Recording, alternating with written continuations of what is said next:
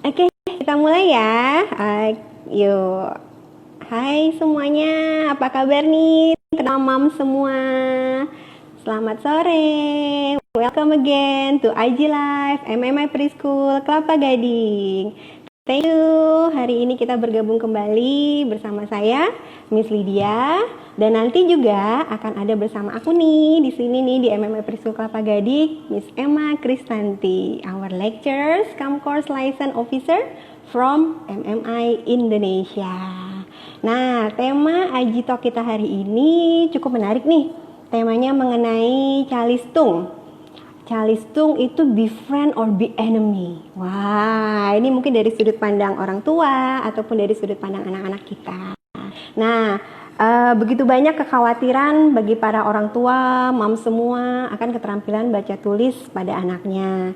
Seperti ada beberapa pertanyaan nih, kenapa ya anak saya nih sebentar lagi mau masuk SD tapi belum bisa baca tulis, itu bagaimana ya gitu. Terus ada lagi pertanyaan-pertanyaan yang bilang, aduh anak saya ini usia 5 tahun tapi belum bisa berhitung 1 sampai 10 aja, susah sekali mengajarinya. Padahal nanti di tuntutan pendidikan kita zaman sekarang, terutama di SD-nya, menuntut anak-anak kita ini, anak-anak prasekolah kita ini setelah masuk ke jenjang SD harus sudah bisa baca tulis. Nah, ini kan membuat beberapa parents kita, mam, orang tua, ada beberapa yang mungkin merasa sedikit tertekan atau terbebani ya dengan seperti ini gitu. Terus jangan sampai dan akhirnya ini bisa melampiaskan kepada anak-anak kita gitu. Terus dari segi anak-anak pun, anak-anak merasa tidak happy, tidak senang, tidak bahagia dengan proses belajarnya mereka. Nah, bahkan mungkin kita tidak tahu anak-anak kita malah nantinya bisa membenci atau malah tidak mau diajarkan baca tulis. Gitu ya. Oke, sekarang coba aku cek dulu ya mam semua ya, apakah sudah bergabung bersama kita Miss Emma. Oke, dan viewers semua, aku mau nyapa dulu nih, ada Nes Bueza. Halo Miss Dora, apa kabar? Thank you for joining us. Oke, silakan buat mom semua atau para viewers yang ingin bertanya, boleh ketik pertanyaan di kolom komentar kita. Sekali lagi, tema kita IG Live hari ini adalah mengenai calistung. Is it can be friend or maybe enemy for the children gitu. Oke, coba sekarang aku mau lihat nih Miss Emma sudah. Oke, sambil menunggu.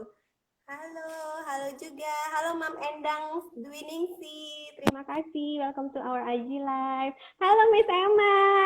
Halo Miss Lydia. Bagaimana sinyal kita hari ini? Mudah-mudahan bagus ya sampai akhir ya. Suaraku jelas? Jelas sekali. Oke. Suaraku jelas, Miss?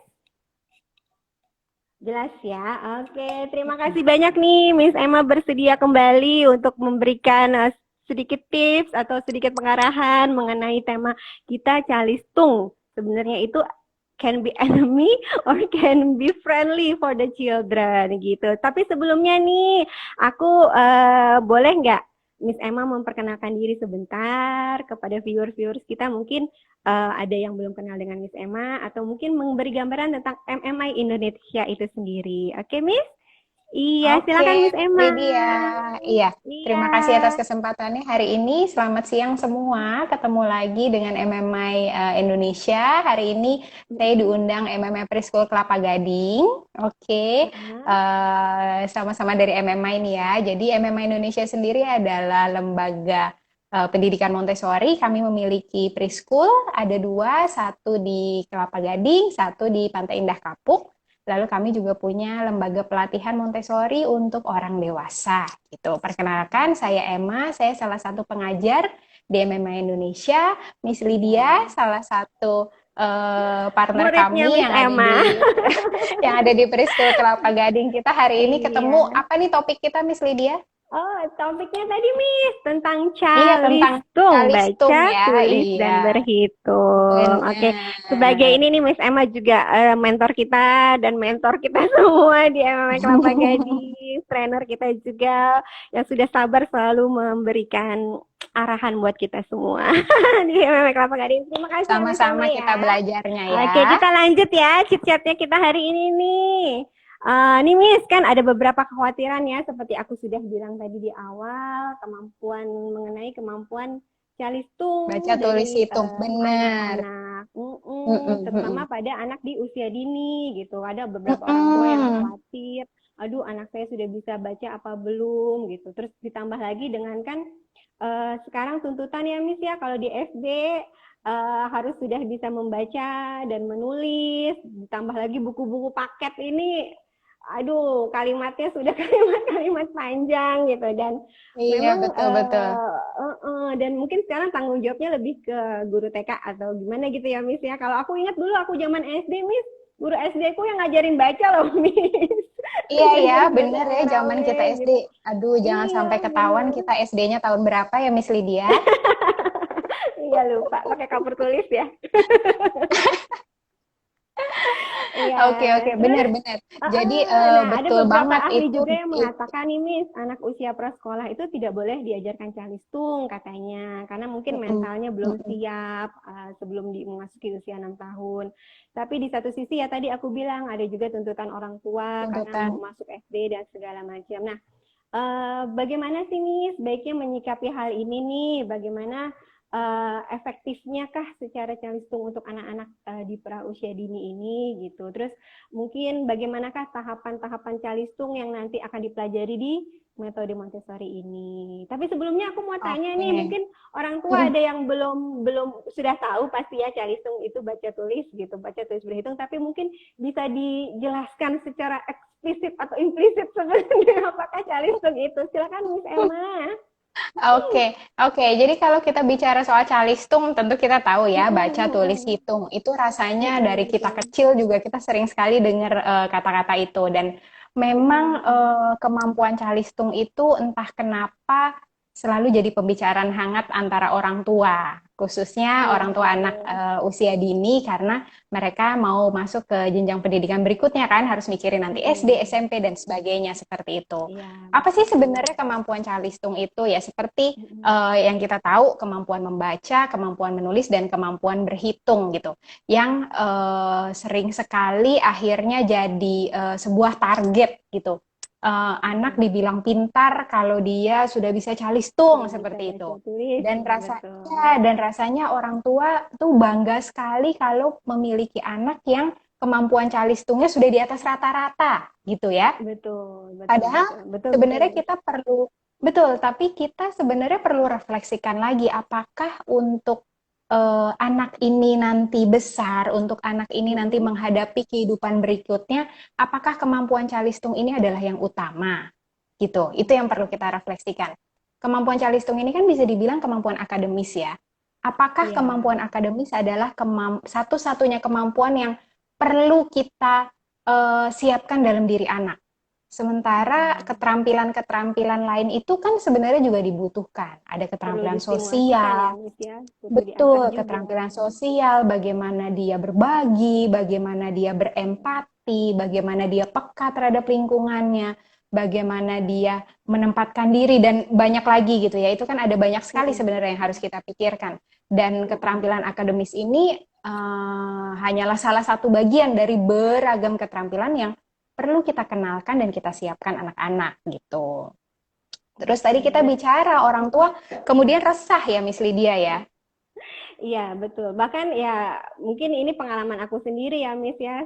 Maksudnya ada beberapa orang tua yang datang ke center terus bertanya, Miss kalau sekolah di sini nanti sudah bisa baca belum ya setelah lulus gitu. Pasti kan saya menghadapi pertanyaan-pertanyaan gitu kan. Terus Betul, sudah bisa betul. berhitung ya, pokoknya sudah aman ya nanti di SD-nya gitu. Terus Masuk SD. ya bagaimana ini Miss kita menanggapi ini semua, memberikan penjelasan Iya, ke orang tua betul, kita. betul. Iya, jadi kembali lagi kita ingat lagi, kayaknya kita pernah bahas Mm-mm. nih waktu Instagram Live sebelumnya ya, tentang pentingnya Golden Mm-mm. Age, pentingnya Iya, 6 tahun betul. kehidupan pertama anak-anak gitu. Kalau misalnya kita mencari aja nih, misalnya kita Google tentang pendidikan anak usia dini gitu. Bahkan Undang-Undang Sisdiknas aja itu menyebutkan bahwa di pendidikan anak usia dini itu adalah waktu atau periode di mana kita mengenalkan mereka kepada lingkungan gitu. Waktu di mana kita memberikan stimulasi terus-menerus agar mereka punya pengalaman konkret di kehidupan ini. Karena pengalaman-pengalaman itu yang akan dia pakai di kehidupan berikutnya. Kemudian dibilang bahwa harus selalu menyenangkan, harus selalu konkret dan bisa dia aplikasikan gitu kan. Sementara kalau misalnya kita lihat orang tua begitu resah tentang keterampilan calistung ini karena udah mau masuk SD, usianya tadi misalnya dia bilang udah 5 tapi belum bisa baca, belum bisa nulis gimana. Sementara orang tua kalau datang ke sekolah nanyanya, Miss kalau di sekolah ini diajarin bacanya umur berapa gitu kan. Kita udah langsung yang belum juga umur 3 tahun anaknya tiba-tiba udah ditanyain harus baca usia berapa gitu. Udah bisa pegang tulis Iya gitu. Sebenarnya kita bisa lihat kenapa sih orang tua kok sampai sebegitu resahnya gitu ya. Yang pertama, keterampilan baca tulis hitung ini kan bisa ada tahapannya ya. Bisa kita ukur. Oh, anak ini sudah bisa baca atau belum? Oh, anak ini sudah kenal huruf atau belum? Anak ini sudah kenal angka atau belum? Sudah bisa menghitung atau belum gitu ya? Semuanya tuh ada ukurannya gitulah. Calistung ini salah satu yang sangat terlihat deh tahapan ukurannya. Kemudian ini juga yang jadi banyak sekali jadi tolak ukur kesiapan anak belajar. Kalau anaknya sudah bisa calistung, oh berarti dia udah bisa SD. Nanti kan di SD ketemu buku, ketemu menghitung dan segala macamnya gitu. Bahkan ada juga sebenarnya Miss Lydia beberapa sekolah SD yang masih menerapkan tes calistung sebagai bagian dari tes masuknya gitu. Betul, kita tidak bisa pungkiri itu masih ada. Kita masih hidup di Indonesia yang masih ada beberapa sekolah yang seperti itu. Jadi bukan cuma observasi tapi udah bisa belum? Kalau belum bisa berarti belum bisa masuk SD seperti itu. Kemudian ini yang membuat orang tua jadi resah karena jadinya kan banding-bandingin. Anakku umur 4 tahun udah bisa baca loh gitu. Aduh, anakku kok belum ya? Gitu. Padahal anakku udah lebih dari 4 tahun. Anakku udah lebih tua dari anaknya dia, kenapa anakku belum bisa gitu. Terus kemudian kita jadi sibuk membanding-bandingkan. Akhirnya kita stres, orang tua stres. Kesetresan ini akhirnya kita aplikasikan dengan drilling ke anak-anak, memaksa anak belajar calistung. Tanpa melihat kondisi si anak, apakah anak ini udah siap, apakah anak ini sudah membutuhkan pembelajaran calistung, apakah anak ini memang sudah sampai di tahap itu, kita kadang-kadang kesampingkan. Pokoknya harus belajar calistung. Itu yang kemudian menjadi efek domino gitu. Sekali satu waktu gitu di usia 4 tahun dia merasa semuanya dipaksa, semuanya diberikan ke dia dengan sangat cepat tanpa dia sanggup mencerna gitu, akhirnya membuat dia merasa aduh ini nggak menyenangkan, sekolah itu nggak menyenangkan gitu kan. Akhirnya ya itu tadi dibilang anak-anak jadi nggak suka sekolah, anak-anak jadi ajak berkegiatan gitu, di kemudian hari dia jadi bosan sekolah dan segala macam. Itu sebenarnya karena kita sibuk akhirnya mengejar calistung ini, kemudian kita nggak melihat poin-poin lain, kita tidak berusaha melihat dari sisi lain juga, jadi akhirnya kita mengesampingkan kebutuhan anak itu sendiri, gitu. Iya, betul-betul, Miss. Nah, lalu gimana menyikapinya hal ini, Miss?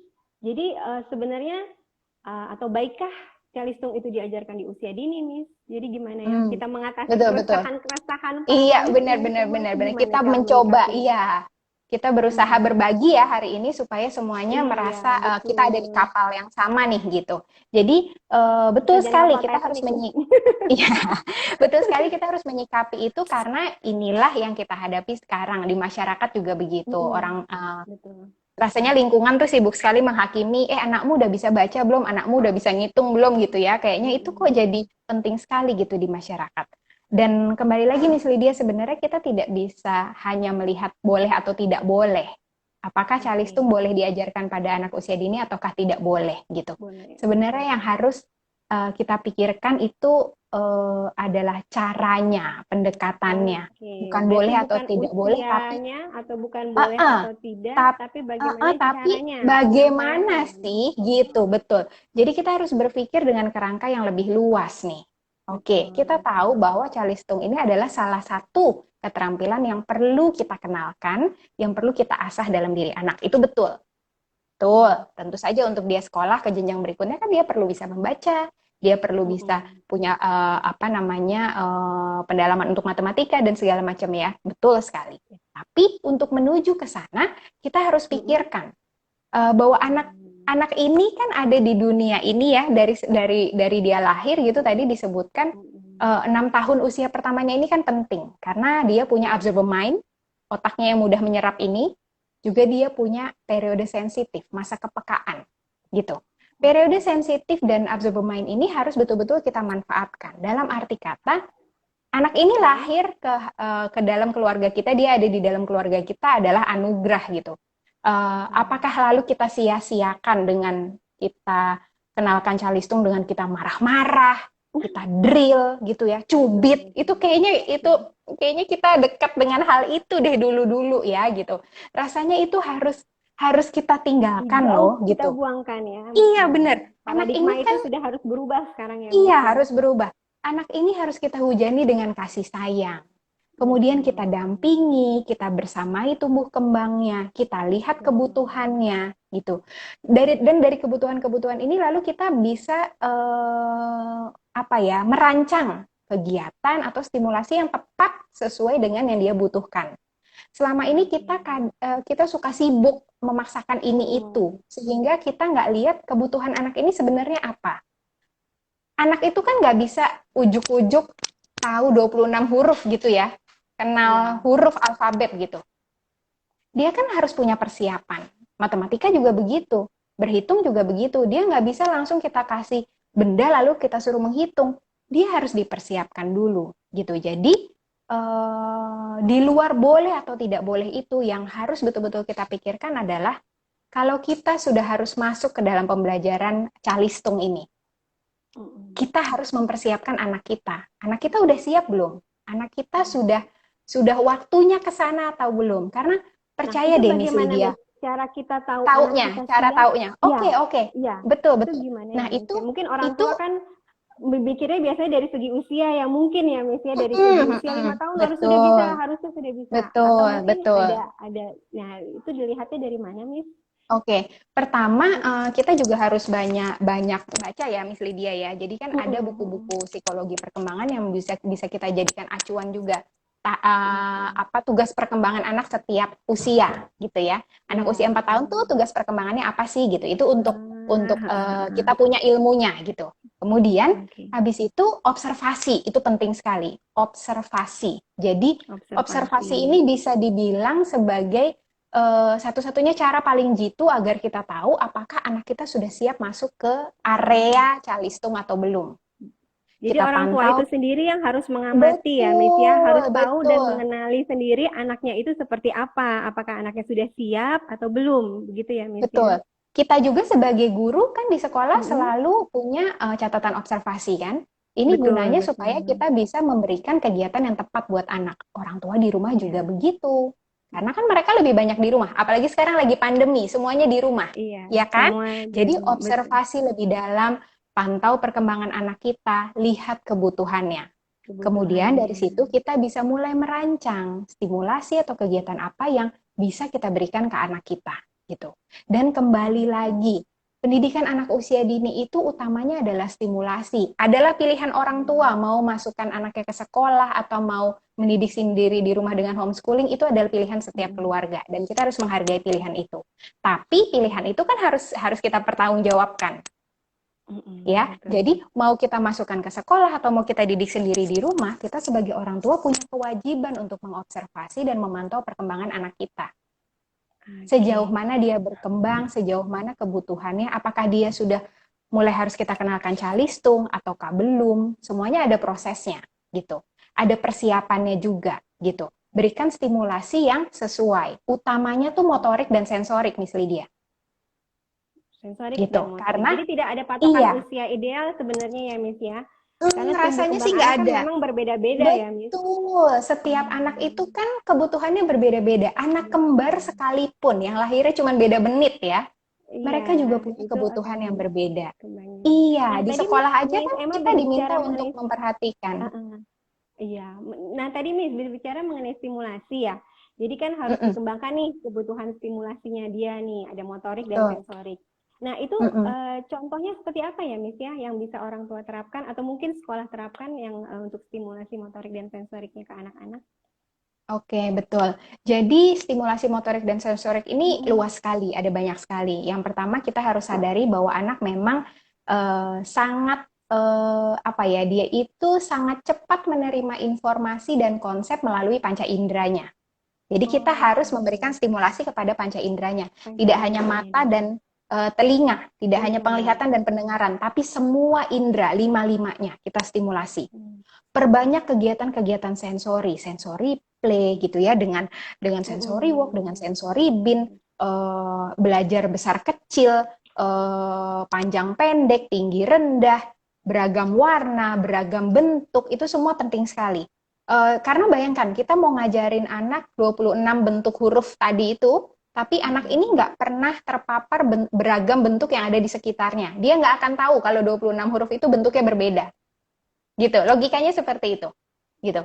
Lalu kita mau mengajarkan matematika. Matematika itu kan abstrak sekali.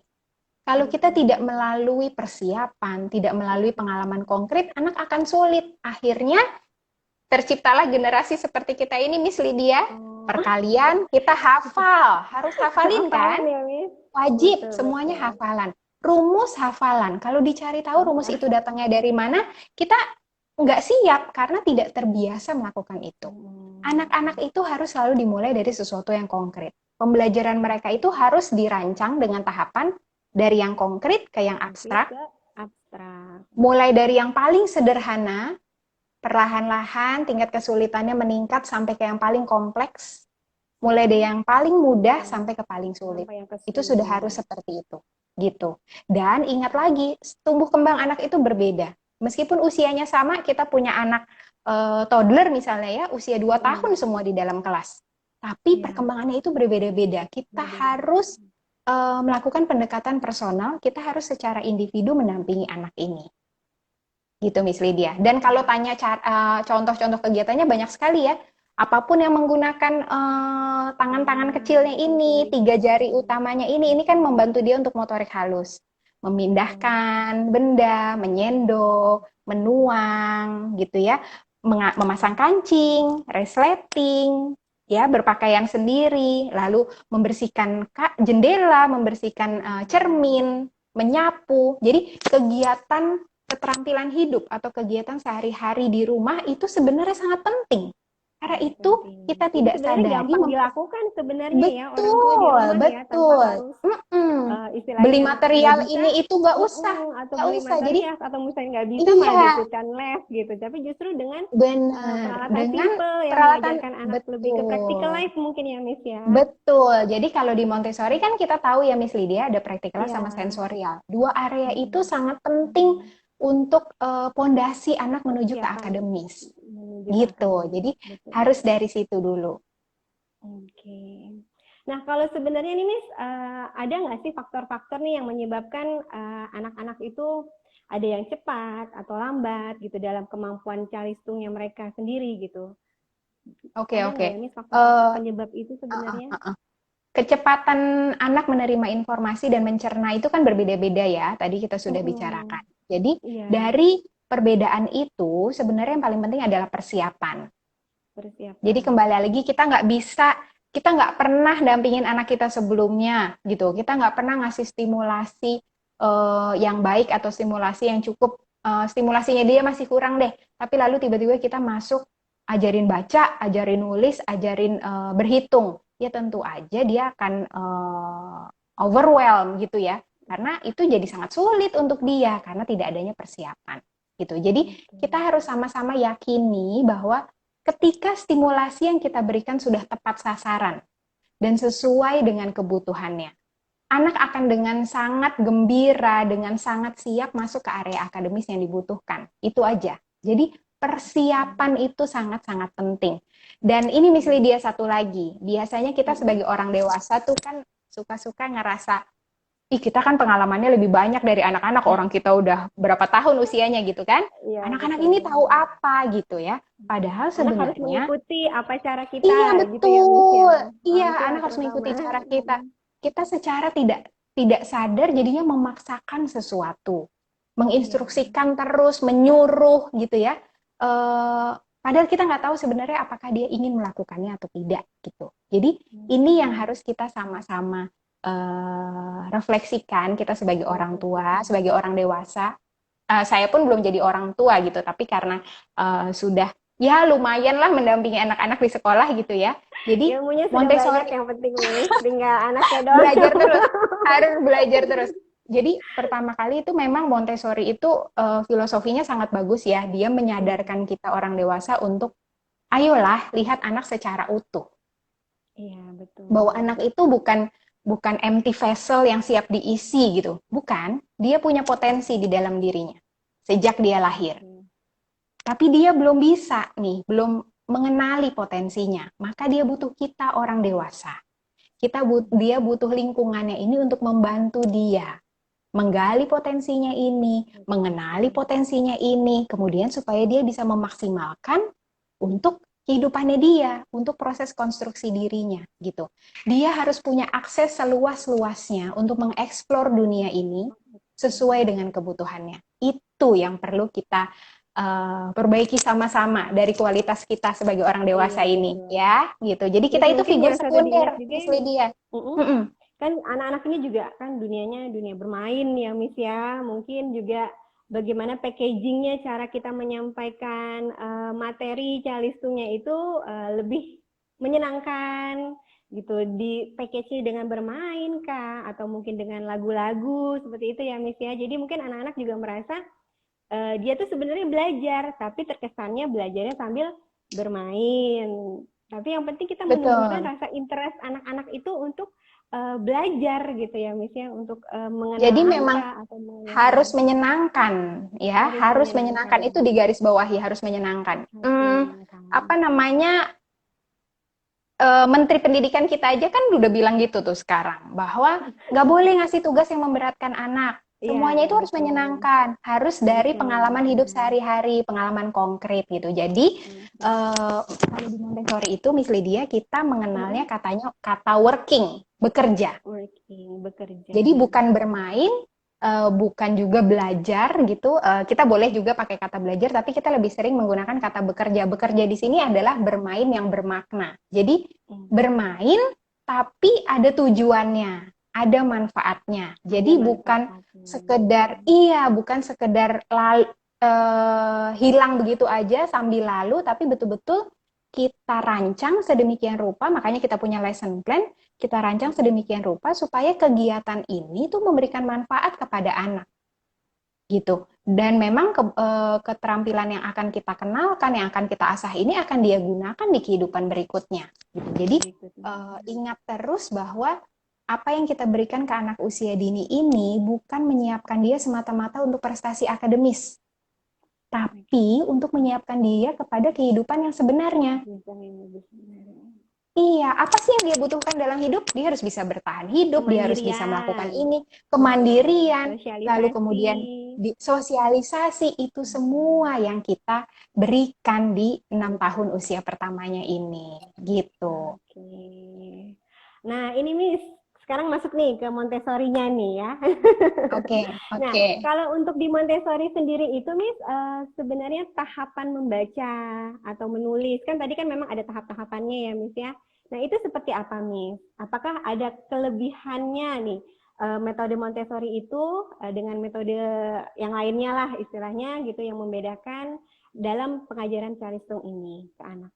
Oke. Jadi Montessori itu kan salah satu pendekatan pendidikan ya, salah satu metode pendidikan. Yang kita tahu metode pendidikan itu ada banyak sekali. Gitu, Montessori hanyalah salah satunya. Jadi adalah pilihan setiap orang tua mau menggunakan pendekatan atau metode apapun dalam pengasuhannya. gitu. Kita harus menghargai itu. Yang bisa saya jelaskan di sini tentu saja Montessori, karena kita lembaga Montessori kan, seperti itu ya. Jadi Montessori ini selalu mengutamakan hands-on learning.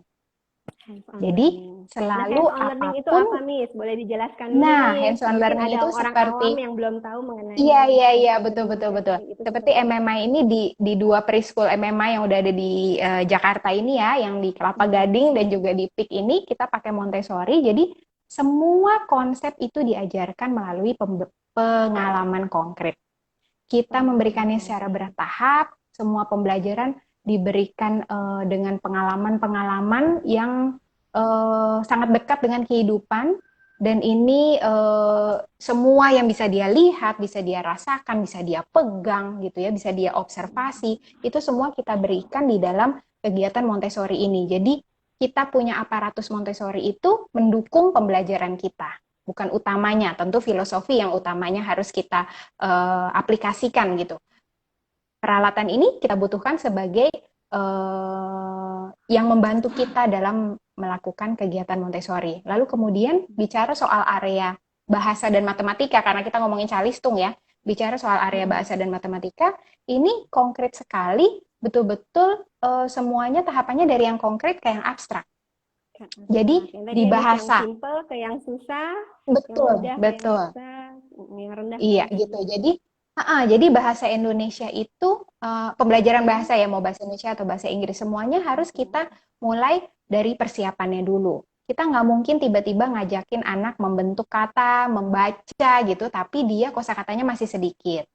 Maka sebagai persiapan, baca buku yang banyak, storytelling, story reading, kemudian hand puppet gitu ya. Kemudian bisa kita ada nursery rhymes, kita bisa role play gitu. Pokoknya apapun itu yang menambah ya, Miss, ya, mengenai yang menambah kosakatanya. Betul, menambah kosakatanya. Kemudian komunikasi. Ini sangat penting. Komunikasi dua arah, karena komunikasi itu kan adalah tools untuk membangun koneksi. Dan sejak kecil kita harus perkenalkan ke anak. Gimana kita kepengen anak kita cepat ngomong, gitu ya, cepat cerewet, tapi kita nggak pernah ngajak ngomong, nggak bisa. Iya, jadi sejak kecil kita harus paparkan dia pada komunikasi-komunikasi yang positif gitu. Setiap pagi misalnya dia bangun pagi, kita peluk, lalu selamat pagi, bagaimana perasaan kamu hari ini, bagaimana tidurnya. Sesederhana itu, percakapan-percakapan harian yang memang membantu dia juga memahami, oh berkomunikasi itu harus seperti ini ya, gitu. Lalu kemudian dengan kosakata yang sudah semakin bertambah, baru kita bisa masuk ke area bahasa. Kalau misalnya kosakatanya masih sedikit, kan akan sangat sulit untuk dia belajar bahasa. Kita mau nulis kata sapi, misalnya mau nulis kata sapi, dia nggak pernah tahu sapi itu hewan seperti apa, hidup di mana, warnanya apa, kakinya berapa, maka kita perkenalkan dulu, baca buku tentang sapi, kita bawa ke peternakan. Zaman sekarang kan banyak tuh tempat-tempat wisata yang hewannya real ada ya farm gitu kan, kita bisa ajak ke sana, dia kenal gitu. Sama matematika juga seperti itu, harus dari yang konkret dulu. Kita nggak bisa langsung masuk ke pembelajaran matematika kalau dia belum pernah kenal. 4 langsung. Betul, ya, betul. Jadi, oh anakku udah bisa ngitung 1 sampai 20, bangga sekali. Padahal dikasih kue isi 2 gitu di tangan kiri, lalu kue isi 10 di tangan kanan, dia nggak tahu mana yang lebih banyak. Iya, dia nggak tahu mana yang lebih benar. Jadi kita kenalkan dulu seperti yang tadi saya sebutkan, panjang pendek, besar kecil, banyak sedikit gitu ya. Sifat-sifat panas dingin, kasar halus, itu kita perkenalkan dulu sebagai persiapan. Lalu habis itu kita baru masuk ke konsep kuantitas. Oh, dia tahu sedikit, dia tahu banyak seperti apa. Baru masuk ke simbol. Jadi nggak bisa dia ketemu tiba-tiba angka 10. Terus kita kasih tahu ini 10, nggak bisa. Dia harus kenal dulu konsep kuantitasnya. Selalu dari konkret gitu. Itu yang Montessori bawakan di dalam kelas, di dalam lingkungan kita setiap harinya. Nah, saya rasa sih itu bisa kita adaptasi juga dalam kehidupan sehari-hari. Karena kembali lagi, sesuai dengan kebutuhan anak. Anak-anak kan butuh belajar dari panca inderanya. Montessori memfasilitasi itu. Gitu, Miss Lydia. Iya, jadi Sebenarnya Montessori itu sudah ini banget ya Miss, hands on learning ya.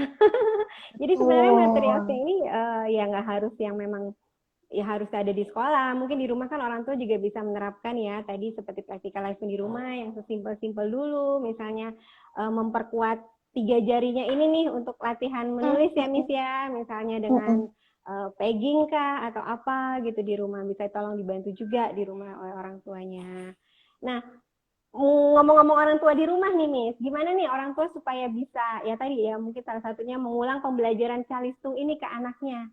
Selain tadi tutus tadi yang dipergunakan, itu bagaimana? Dan ininya ke Montessori gitu, Miss. Oke, oke.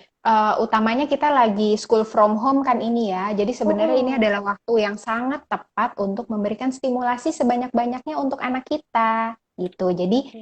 misalnya dari sekolah Mm-mm. kan udah ada nih pakai Zoom Zoom Learning Zoom atau pakai Google Meet online. atau pakai aplikasi apa gitu ya yang tatap Mm-mm. muka sama gurunya. Oke. Kemudian kita mau tambahkan, oh sorenya deh, sorenya aku ajak berkegiatan. Berkegiatannya ya Ya. hubungannya dengan stimulasi-stimulasi itu. Ingat kan bahwa anak-anak harus distimulasi panca inderanya. Jadi kita harus bisa kreatif nih. Apa ya yang bisa kita lakukan? Apa ya kegiatan apa yang bisa aku lakukan bersama anakku supaya indera perabanya terstimulasi, misalnya seperti itu. Oke. Lalu, oh anakku kayaknya udah mulai, dia ceritanya anaknya kalau misalnya lagi main udah mulai mau ngitung tuh Miss Lydia. Satu, Ah, dua, oh ah. kayaknya udah tertarik nih pada angka gitu. Oh oke oke, aku ajak main apa ya? Oh main di atas pasir deh gitu. Oh atau main di taman, kita mau menghitung batu yang ada di taman, boleh aja. Apapun, Sesimpel benda itu ya, apapun Miss yang ya bisa dihitung, sebenarnya ya. sesimpel itu. Jadilah kreatif, cari ide. Kadang-kadang kita juga sampai di titik dimana, aduh, aku kehabisan ide gitu kan ya. Aduh, nggak punya ide, Miss, apa ya, bikin apa gitu. Kita punya smartphone, cari di Bisa Google, cari di googling ya, Pinterest. Miss. Iya, betul. Itu Betul. ide-ide itu ada banyak sekali di sana. Tinggal kita lihat mana yang bisa kita aplikasikan, mana yang tidak. Dan semuanya itu hampir pasti menggunakan material yang ada di rumah kok. Nggak perlu susah payah. Kita pakai benda-benda di sekitar. Kita pakai benda-benda yang sehari-hari dilihat oleh anak. Jadi dia familiar. Jadi bukan sesuatu yang dia nggak paham gitu ya, dia harus ngawang-ngawang gitu, abstrak sekali, tapi sesuatu yang konkret gitu. Selalu dari situ. Kalau kita berikan stimulasi yang tepat, lalu juga kita konsisten menerapkannya terus, mengajak anak berkegiatan terus, itu kita nggak usah khawatir lagi tentang calistung. Sedemikian dia siap, dia akan masuk ke area calistung dengan sendirinya. Dengan Gitu. sendirinya. Oke, Mm-mm. baik-baik. Jadi tidak usah ditarget-targetkan sebelum Nggak main usah gitu. dipaksa-paksa, bener deh, nggak usah Iya, digeret-geret. Ayo gitu. belajar baca, Nanti belajar baca anak-anak gitu. jadi stres sendiri ya, Miss ya. Iya, Anak-anak akan trauma itu. ya. Bener, kadang-kadang kitanya, Oke. orang tuanya yang stres, tapi kita nggak sadar, kita Iya. memberikan negative vibes itu ke anak-anak gitu kan, jadinya dia stres juga gitu. Iya, Jadi anak-anak juga jangan ya. stres. Betul, Jadi jangan betul. sampai kita membagi aura yang negatif, justru harusnya kita berbaginya tuh afirmasi positif, kita berbaginya Positif. semangat. Lebih Wah, kreatif hari juga ya, Miss ya. iya gitu. Jadi sore-sore, wah udah bangun sore kan, hari ini mama kayaknya pengen main di taman deh. Kamu mau ikut nggak? Kita Mm-mm. siram tanaman yuk. Dari siram tanaman dulu. Terus yuk bantu Nah, mama mengambil daun-daun kering yang sudah jatuh. Dia ambil daun atau mungkin kering. bisa sambil berhitung ya. Iya, Daunnya habis ada daun berapa keringnya gitu terkumpul, ya. habis itu kita hitung Sama-sama. daunnya. Kita hitung Atau daunnya, mungkin habis hitung daunnya, lalu kita gambar. Jadi art and craft. Gitu kan? Jadi banyak sekali yang bisa kita lakukan. Gitu. Oke. Tapi kalau misalnya ini gimana nih, Miss? Mungkin permasalahannya kalau maminya mungkin bisa mendampingi ya di rumah. Tapi kalau misalnya ada permasalahan lagi orang tua yang bekerja itu seperti gimana tuh, Miss? Untuk mesti membantu Ya, menstimulus benar, anaknya. benar, benar. Ini ada aja excuse nih ya orang tua nih. Malu Jadi, pengalaman. tapi betul, itu kan kenyataan yang ada ya, memang kita alami Iya. juga. Sekarang kan memang sudah new normal, lalu sudah ada beberapa yang kembali ke kantor, sudah WFO. Sementara anak di WFO. rumah harus harus school from home, lalu kemudian didampingi mungkin kurang maksimal dengan asisten rumah tangga atau neninya atau siapapun itu gitu. Apa sih yang orang tua bisa lakukan gitu? Kembali lagi, yang paling tahu anak kita tuh kita sendiri ke orang tuanya. Gitu. Yang tahu kebutuhannya, yang tahu karakter anak kita itu ya kita. Karena dia kan paling lama berkegiatan sama kita di rumah gitu. Jadi jangan khawatir, tetap sediakan waktu untuk anak. Misalnya, aduh aku sibuk Miss, Senin sampai Jumat itu aku pulang malam kalau dari kantor. Oke, berarti Mami kira-kira punya waktunya kapan? Sabtu sama Minggu. Oke, kita maksimalkan di Sabtu sama Minggu. Kita buat Sabtu dan Minggu itu adalah waktu kita bersama anak-anak. Berkegiatanlah sebanyak-banyaknya, eksplorlah sebanyak-banyaknya dengan kakaknya, dengan adiknya. Lalu kita punya individual learning juga bersama mereka satu persatu. Itu akan menjadi waktu yang kemudian jadinya ditunggu-tunggu sama anak-anak. Dan itu sebenarnya tanpa kita sadari, kita sedang mendekatkan diri sama mereka, sama anak-anak kita. Bonding ini ada. Kemudian kita semakin tahu kebutuhannya. Kita semakin tahu apa sih yang bisa kita lakukan berikutnya, apa sih yang kita bisa rancang berikutnya gitu. Jadi harus mulai. Kalau kita kemudian, aduh kayaknya aku nggak punya waktu deh, aduh kayaknya aku nggak bisa deh dampingin anakku di rumah. Kalau kita begitu terus kita nggak mulai-mulai, anak ini perkembangannya jalan terus nih, nggak bisa berhenti, nggak ada stopnya. Mau lagi pandemi pun dia terus bertumbuh dan berkembang kan, nggak bisa diistirahatkan dulu. Jadi kita nggak mungkin nanti terus kejar-kejaran dia udah sampai mana kita baru sampai mana gitu. Jadi kita dampingi terus. Mau kita sebagai ibu bekerja, mau kita sebagai ibu yang stay di rumah 24 jam, kita punya kewajiban, kita punya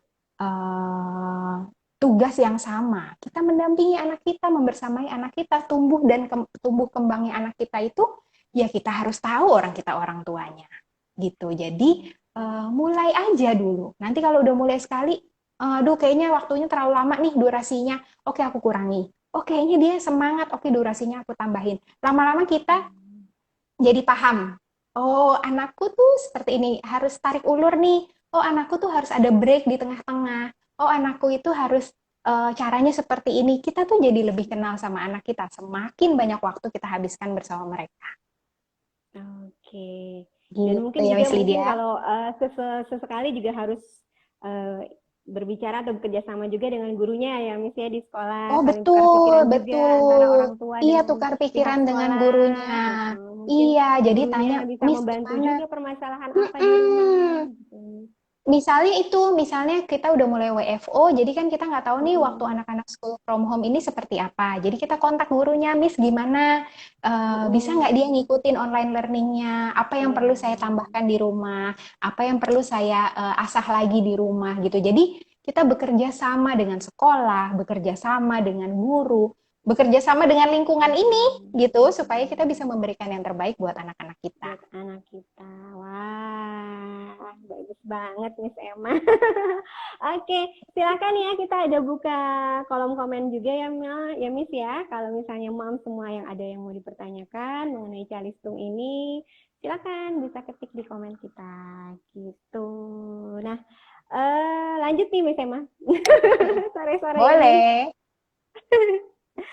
Nah, jadi sebenarnya kan memang bagaimana packaging kitanya ini ya, Miss ya, baik pendidik atau mungkin orang tua yang membuat calistung ini tidak menjadi momok atau beban buat anak-anak ya, Miss. Betul, Oke. betul. Oke, Jadi nah, yang pasti jangan ini nih, Miss. buru-buru. Pokoknya segala sesuatu kalau dikejar gitu ya, kita gapai dengan buru-buru hasilnya pasti tidak maksimal. Jadi Tidak kita maksimal. pelan-pelan aja tapi pasti kita dampingi, kita ikuti alurnya. Kecepatan setiap anak itu kan berbeda-beda. Kita ikuti saja. Itu pasti akan lebih mengena, akan lebih sesuai dengan kebutuhan dia gitu. Jadi jangan melihat kecepatan kita, tapi kecepatan si anak. Kecepatan si anak. Oke, nah ada yang bertanya belum ya? Coba kita lihat lagi di sini. Silakan Mam, jika ada yang mau bertanya.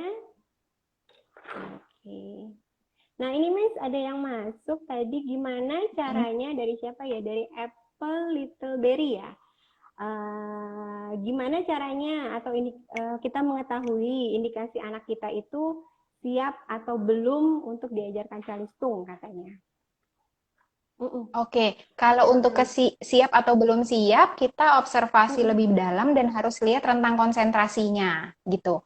Apakah rentang konsentrasinya sudah cukup panjang untuk kita masuk ke dalam area yang akademis ini, gitu ya. Jadi, lihat lagi apakah panca inderanya sudah terstimulasi dengan baik, apakah motoriknya sudah terstimulasi dengan baik. Kalau misalnya rasanya belum atau masih kurang, maka kita nggak usah buru-buru masuk ke area akademis. Kita siapin aja dengan banyak kegiatan motorik dan sensorik itu. Begitu terus sampai nanti kita lihat deh. Biasanya anak itu kelihatan kok dia mulai misalnya kita lagi naik mobil gitu ya, terus dia mulai yang mami itu tulisannya apa? Itu tulisannya apa? Itu kan berarti dia dia mulai bertanya, tertarik ada nih, minatnya. pengen baca, udah mulai ada minat. Lalu mami minta dibacain buku ini, lalu pengen tahu ini, pengen tahu itu gitu ya. Itu sudah clue. Oh, dia mulai tertarik nih. Kemudian dia mulai ngitung-ngitung atau dia mulai membandingkan mami aku itu lebih kecil ya daripada kakak gitu ya. Terus aku lebih tinggi ya daripada adik. Nah, itu kan dia mulai masuk tuh ke area matematika. Nah, kita bisa kasih apa ya? Oke, suatu hari kita ajak deh ke taman kota, lalu membandingkan pohon misalnya. Mana sih pohon yang tinggi, mana sih pohon yang rendah gitu. Jadi kembali lagi ke alam, kembali lagi ke kehidupan sehari-hari. Sebelum kita masuk, jadi ini Miss Lydia jangan melulu pensil, kertas Iya, gitu. terlalu akademis ya, Miss ya. Jadi Karena kan dari kehidupan sehari-hari aja, dari lingkungan aja dulu gitu. Oke, jadi selanjutnya nih Miss dari Wasisto Brothers nih. Wow, Wasisto Brothers kayak pemain band ini. Grup band. Halo, terima kasih sudah join dan sudah bertanya ya. Pertanyaannya nih Miss Emma. Dalam sehari sebaiknya berapa lama sih anak-anak ini belajar calistung? Nah, apakah ada durasinya Miss? Dalam sehari ini harus berapa ditargetkan per usia levelnya kah atau bagaimana Miss Emma? Oke, tricky nih kalau kita bicara soal durasi ya. Durasi itu kembali lagi kita harus melihat kebutuhan anak kita. Kita nggak bisa paksakan anak usia 2 tahun. Lalu kita ajak untuk berhitung selama 60 menit gitu ya.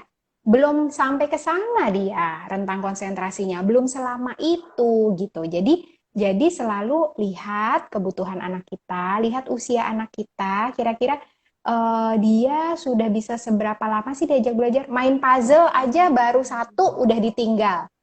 Oh ya berarti memang dia belum sampai ke situ. Berarti kita kasih lagi kegiatan-kegiatan yang durasinya semakin lama kita tambahin sedikit, tambahin sedikit, tambahin sedikit. Jadi lama-lama dia punya rentang konsentrasi yang panjang, fokusnya juga sudah terbentuk, baru kita masuk ke area calistung. Jadi kembali lagi dari itu semua, pokoknya kita nggak boleh terburu-buru.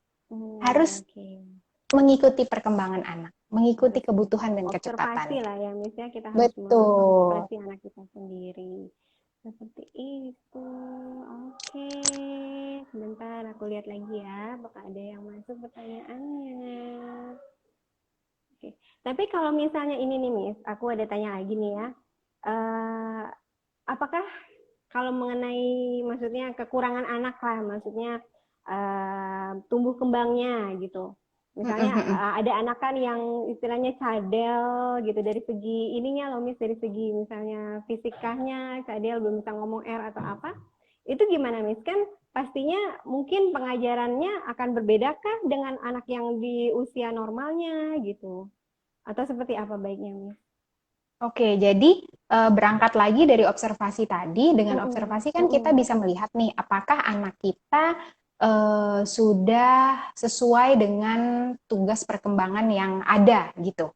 Misalnya kita menemukan sesuatu yang berbeda rasanya dari nih anak berbeda gitu ya, berbeda.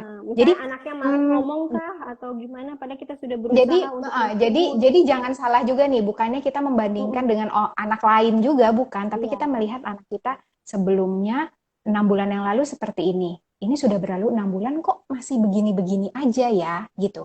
Itu kan berarti menimbulkan pertanyaan, kenapa ya? Kok dia 6 bulan kok kayaknya nggak banyak perkembangan yang dia nggak banyak yang dia capai gitu. Nah, di situ kita bisa observasi lebih dalam, lalu ingat, kalau kita sudah butuh bantuan, mintalah bantuan. Dalam arti kata, misalnya kita bicara soal uh, apa namanya anak yang terlambat berbicara. Kita sudah berikan stimulasi, kita sudah ajak berkomunikasi, kita sudah baca buku setiap hari dan segala macamnya sudah kita capai. Tapi kok dia masih kesulitan ya? Dia masih kesulitan bicara, kenapa ya? Nah, bisa jadi kita butuh dokter untuk bantu memeriksa. Siapa tahu ada hal lain yang perlu kita perhatikan yang di luar kemampuan kita sebagai orang awam gitu. Jadi kalau kita sudah bisa kalau kita sudah merasa memerlukan bantuan expert atau memerlukan bantuan ahli untuk menangani anak kita, maka carilah bantuan itu sebelum terlambat supaya kita bisa sama-sama merancang yang sesuai untuk anak kita gitu. Apa sih yang harus dilakukan berikutnya? Kita harus move on kan. Kalau kita ketemu ada sesuatu yang berbeda atau oh ternyata ada masalah ini, ya bagaimana cara mengatasi masalah itu gitu. Tapi terkadang memang ada orang tua yang mengekspektasikan nih, misalnya suatu sekolah ini, Miss anak saya harus sudah bisa belajar ini, tapi memang kenyataannya deny gitu, anaknya itu sendiri mengalami kekurangan gitu, dan malah mungkin ada yang menyerahkan tanggung jawab gurunya dong, harus bisa dong walaupun anak saya kayak kurang atau apa gitu. Itu seperti apa ya Miss? Kadang-kadang kan orang tua kalau anaknya kekurangan istilahnya kan ya agak sedikit menutupi dan malah menginginkan tanggung jawabnya ke sekolah gitu. Iya, betul. Jadi itu kembali lagi ke refleksi kita sebagai orang tua ya. Kita kan mau yang terbaik untuk anak. Maka kalau memang ada sesuatu yang berbeda atau ada sesuatu yang perlu digarisbawahi, perlu dicermati secara lebih, kita harus sampaikan kepada sekolah supaya sekolah juga aware terhadap hal ini. Siapa tahu sekolah bisa membantu loh. Ada sekolah-sekolah yang memang menyediakan konselor belajar atau konselor pendidikan.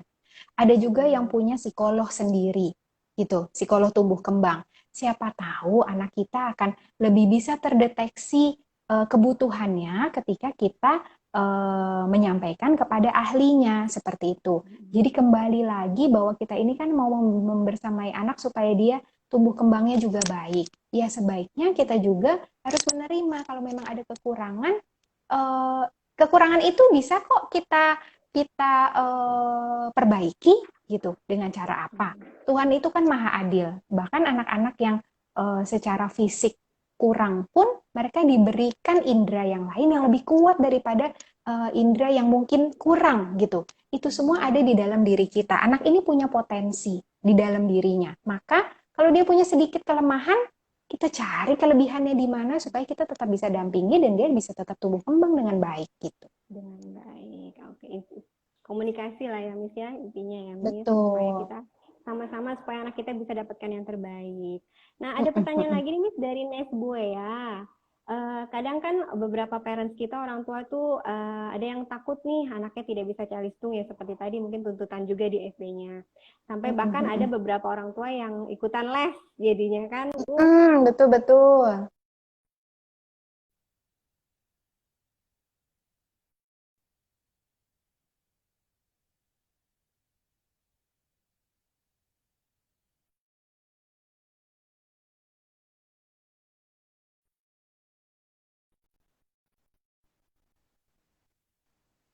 Halo? Halo Miss Halo Emma? Miss Lydia. Iya, Iya. tadi agak hilang Miss. Oh oke, aku ulangi lagi Kita ya. nggak apa-apa kita jawab aja. Tadi udah kebaca oke. sih pertanyaannya. Iya, jadi iya betul banyak sekali kita ketemukan sekarang orang tua lalu kirim ke tempat les gitu ya. Jadi Iya. sebenarnya gini sih. Itu kan menjadi pilihan orang tua masing-masing ya. Saya juga tidak bisa bilang itu salah atau aduh jangan gitu. Tapi sebisa mungkin kita orang tua memantau kebutuhan anak kita, memantau perkembangan anak kita supaya kita tahu apa yang harus dilakukan berikutnya. Seandainya kita perlu konsultasi, mungkin kita bisa tanya apa ya yang bisa saya lakukan gitu. Atau kita butuh bantuan ya Miss, ya guru les ini adalah salah satu bantuan yang saya cari karena kayaknya saya kurang sabar, kayaknya saya kurang bisa gitu ya. Oke, tidak apa-apa, tapi tetap harus dikomunikasikan. Dan kembali lagi, seandainya memang memanggil guru les ini, jangan terus jadi balik lagi ke cara tradisional bahwa guru les ini harus ngedrill anak saya supaya bisa calistung, bukan, tapi dia membantu memberikan kegiatan-kegiatan yang memang dibutuhkan oleh anak gitu. Dilihat juga Kak, apakah anak kita ini happy atau enggak gitu kan Pak. Jangan Benar, sampai benar. nanti Ditanyain orang mau tuanya nggak dia sendiri nggak mau berkegiatan? anaknya. Iya, ada kemudian yang Sedih. kebanyakan les jadi terus stres kan? Ada tuh. Iya, kasihan kan, karena kan anak-anak yang masanya dunia bermain ya, Miss ya. Anak-anak ini mesti harus sering bermain. Oke, apa ada lagi pertanyaan ya? Coba Ada itu di sebentar chat ya. Miss Lydia. Oke, sebentar ya, Miss. Oke, dari si Oke. Ada lagi nih, terima kasih, Miss.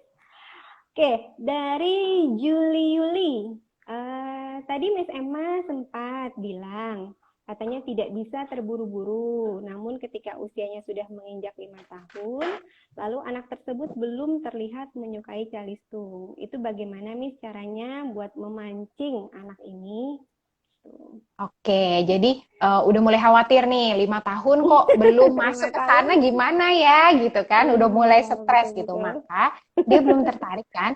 Jadi kita harus gimana ya, kita harus kembali lagi cari cara yang kreatif, paparkan dia, kenalkan dia kepada kegiatan-kegiatan yang sebenarnya mengarah kepada calistung itu. Kita ajak menyusun balok. Pertama menyusun balok gitu ya, hanya menyusun aja gitu. Kemudian kita bisa buat polanya. Jadi kita buat kertasnya gitu ada warnanya, misalnya merah, kuning, merah, kuning, merah, kuning. Lalu sekarang dia menyusun baloknya sesuai dengan pola warna. Lalu pola warna 2 seperti itu dia udah bisa. Sekarang kita kasih polanya lebih rumit gitu. Itu kan penyelesaian masalah, solving problems. Nanti dia ketemu juga di matematika.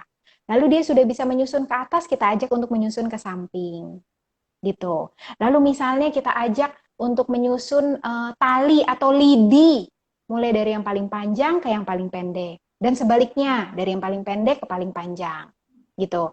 Kemudian kita ajak untuk menyusun benda-benda atau mainan di rumah mulai yang dari paling kecil ke yang paling besar. Sebaliknya dari yang besar ke yang kecil. Jadi hal-hal seperti itu yang itu kan sebenarnya mengarah kepada matematika gitu. Sama di bahasa juga seperti itu. Kita mulai kenalkan dengan baca buku, kita mulai kenalkan dengan nursery rhymes, lagu-lagu yang ada actionnya, ada aksi yang harus dilakukan seperti itu. Kita cari itu ada banyak sekali kok. Itu bisa kita gunakan untuk sebenarnya memancing. Fonik-fonik sound ya Miss ya juga Iya, ya Miss ya. kita ajak kita sebenarnya lagi mancing nih, apakah dia sudah tertarik ke sana atau belum. Jadi justru kalau kita tahu udah usia segitu tapi dia belum tertarik, jangan terus lalu ya gimana ya, lalu kita tidak berbuat sesuatu, kita harus berbuat sesuatu, bagaimana nih supaya dia kemudian tertarik gitu. Oke, seperti itu mah. Nah, Ada lagi Miss selanjutnya Miss Lydia? dari si Akmalia, sebentar aku. Jika calistung sudah memenuhi target anak nih Miss sesuai dengan umurnya, apakah dilanjutkan dengan menaikkan level di atas umurnya atau kita harus stop? Gitu. Dan kondisi anak tidak ada keluhan dalam proses belajar calistung. Oh, tentu aja lanjut terus. Jadi, ada nih anak, tipe anak yang kita lagi, sebenarnya kita mau mengenalkan simbol angka 1 sampai 3 aja.